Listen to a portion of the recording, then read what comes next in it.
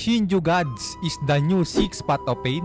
Lods, paano yun? Di ba 6 ang 6 Path of Pain? So papaanong naging new 6 Path of Pain itong mga Shinju Gods 5 lang naman sila? At kung magkagayon man, lalabas din pala Lods na may pang-6 pa na Shinju Gods. So paano yun Lodi? Well, yan nga ang ating tatalakayin for today's video mga sir. Pero bago yan, huwag niyong kalimutan na i-like ang ating video at mag-subscribe na rin kayo sa ating channel para updated kayo lagi sa ating mga anime Tagalog talakayan. 5 Shinju Gods. Ito nga ang mga nilalang na nasaksihan natin at nasaksihan din ni Kashin Koji sa pamamagitan ng kanyang abilidad na Prescience na nataglay o nakuha niya nga sa pamamagitan ng tinataglay niyang kapirasong cells ni Shibai Otsutsuki na ang pang-5 Shinju nga dito na nakita natin na ipinakita sa mga last panel ng chapter 13. Ito nga rin yung magsasabi o magsasaysay na kung bakit maaari pang madagdagan ang mga Shinju Gods na ito. Dahil nga kung mapapansin din sa panel na ito, yung puno na nasa dimensyon ng mga Shinjus ay naglabas nga ng panibagong Turnsol Bulb, which is ito nga ang Shinju na kamukha ni Shinki. So parang puno nga lang na namumunga ng mga prutas. Kaya sa bagay din yan, andyan na natin masabi na maaari pa nga madagdagan ang mga Shinju Gods na ito. Lalo't alam naman natin na napakaraming ninja nga ang na-absorb ng mga Clogrimes at naging puno. Ngayon, sa dami na nakana ng Clogrimes at naging puno, dyan guys, alamin nga natin kung sino nga ba ang maaaring maging pang-6 na Shinju Gods dito. At syempre, aalamin din natin na hindi lahat ng nakana ng Clogrimes na naging puno magiging Shinju Gods. Yes guys, hindi lahat ng naging puno magiging Shinju Gods na. So dito nga sa ating talakayan, may dalawa tayong karakter o dalawang representative na maaaring marahil naging Shinju Gods na nga. Dalawang karakter na maaaring isa sa kanila ang dumagdag sa 5 Shinju Gods ngayon. Para ito ay maging 6 at humalin tulad sa bilang ng 6 Path of Pain na siya nga ring may mga rinigan. So tara mga sir, umpisahan na natin. At ang una nga sa ating listahan ay itong si Hatake Kakashi. Shinju Kakashi kumbaga. So heto guys, marahil siguro na hindi pa rin siya pinapakita sa Two Blue Vortex, maaari kasing siya ay nakanana ng Clogrimes at naging Turnsol at naging isa ng Shinju. Guys, take note, maaari ding mangyari yan. Dahil base nga din dito sa interview ng may akda, bali ang tanong sa kanya dito, are there any Naruto characters that have yet to appear in Boruto that you would love to have a chance to design in their older form?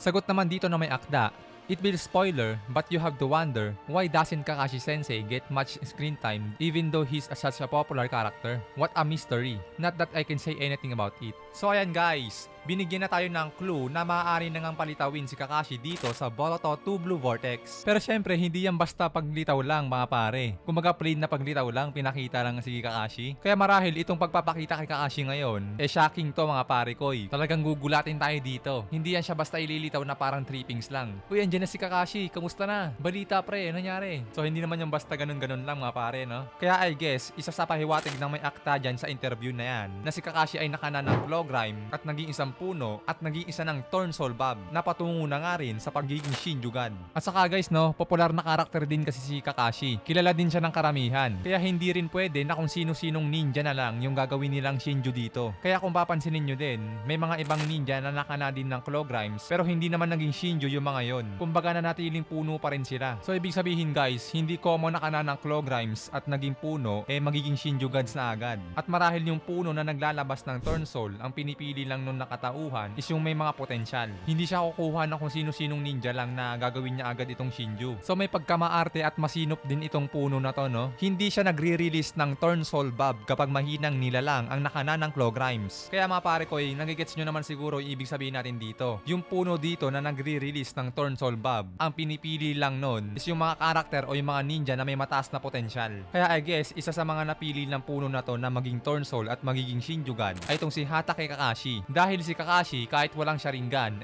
skillful at malakas pa nga rin. At saka imagine that, may 1,000 jutsu pa na natutunan si Kakashi. So lahat ng yon maaari niya pang magamit kapag siya ay naging Shinju God na. Shinju Kakashi mga pare koy. And syempre, bukod dyan, magkakaroon pa ito ng kanyang sariling pangalan. Tulad nga ng ginawa ni Jura dito kay Shinju Shinki, na pinag-iisipan pa kung ano nga ba itatawag niya dito o kung ano ang ipapangalan niya dito. Kaya ayun mga pare ko no, isa sa mga maaaring maging pang-6 na Shinju God dito ay itong si Hatake Kakashi. Ngunit subalit datapwat, ang problema lang guys, dahil nga ang Shinju ay may mga kanya-kanyang target na isa nga dun is yung mga mahal nila sa buhay. Ang tanong dito guys, kung naging Shinju man si Kakashi, sino naman kaya ang kanyang magiging target? Dahil kung magkagayon man, wala akong naisip na lubos na malapit sa loob ni Kakashi na kanyang magiging target. Marahil siguro yung iba iniisip na Lodi, si Might Guy ang pwedeng kainin ni Shinjo Kakashi. Kasi magka-close naman sila, di ba? So malapit din sa puso ni Kakashi itong si Might Guy. So yan guys, no? Hindi pwede si Might Guy. At saka please naman guys, kawawa naman si Might Guy, lumpo na nga tapos ipapakain pa natin kay Shinjo Kakashi. Pero kayo, baka may naiisip kayo na maaaring mas malapit pa talaga sa loob ni Kakashi na maaari niya nga kainin. At ang pangalawang karakter naman dito na maaari ding naging turn soul na at magiging pang-anim na Shinju ay ito ngang si Orochimaru. So suki na nga natin tong si Orochimaru mga pare, no? Kasi last time din ay kasama siya sa ating content na muling pagbabalik ni Mitsuki sa Two Blue Vortex. Nabahala na nga kayo at panoorin nyo na lang yun guys. Then ngayon, dahil nga matagal rin walang paramdam si Orochimaru at dahil sa isa rin naman siyang kilalang karakter sa Naruto at hanggang sa Boruto, heto na guys. Sa tagal din nitong walang paramdam, marahil siya ay naging torn soul na at magiging Shinjugad na nga rin. So nakakatakot to mga pare ko kasi pag nagkataon, isipin nyo, napakaraming teknik na alam nitong ni Orochimaru. Shippuden era pa nga lang halimaw na si Orochimaru sa mga jutsu So paano pa kaya dito sa Boruto era na mas lalong mas marami siyang alam ng mga jutsu. Then imagine naging Shinjo Orochimaru pa. So mas lalong nakakatakot yun mga pare ko.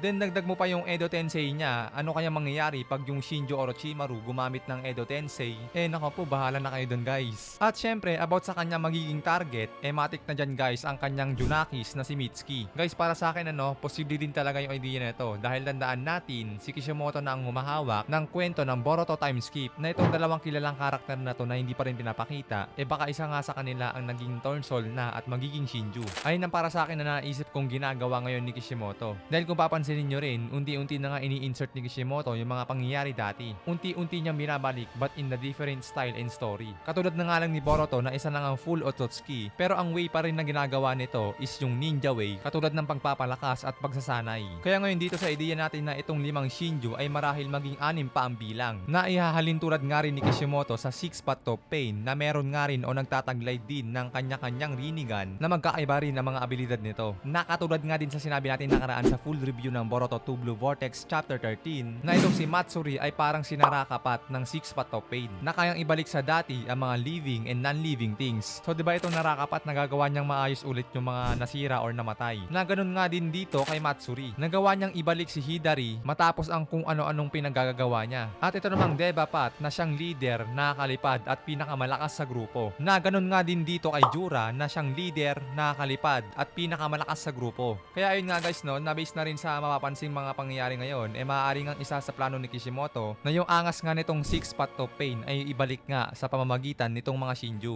Kaya itong 5 Shinju na nakita natin, marahil madadagdagan pa yan ng isa at magiging 6. Pero syempre, tulad ng madalas nating sinasabi, kung kayo ang tatanungin sa mga karakter na binanggit natin, sa tingin nyo guys, sino doon ang pinakamalapit na maaaring pang-6 na Shinju gods na kukompleto para sa pagkakahalin tulad ng 6 Path of Pain? Or kung wala man sa mga nabanggit natin, para sa inyo naman, sino ang naisip nyong karakter dito na maaaring maging pang-6 na Shinju? And syempre, kung hindi man kayo sang-ayon sa ideya natin yan, para sa inyo naman guys, bakit hanggang 5 Shinju gods na lang yan at hindi na madadagdagan pa? Comment down below mga pare ko para malaman ko rin yung mga sarili nyong opinion at mga ideya. Hanggang dito na nga muna tayo. Maraming salamat. Sana yung nag-enjoy kayo. Anime Tagalog Talakayan nagpapaalam.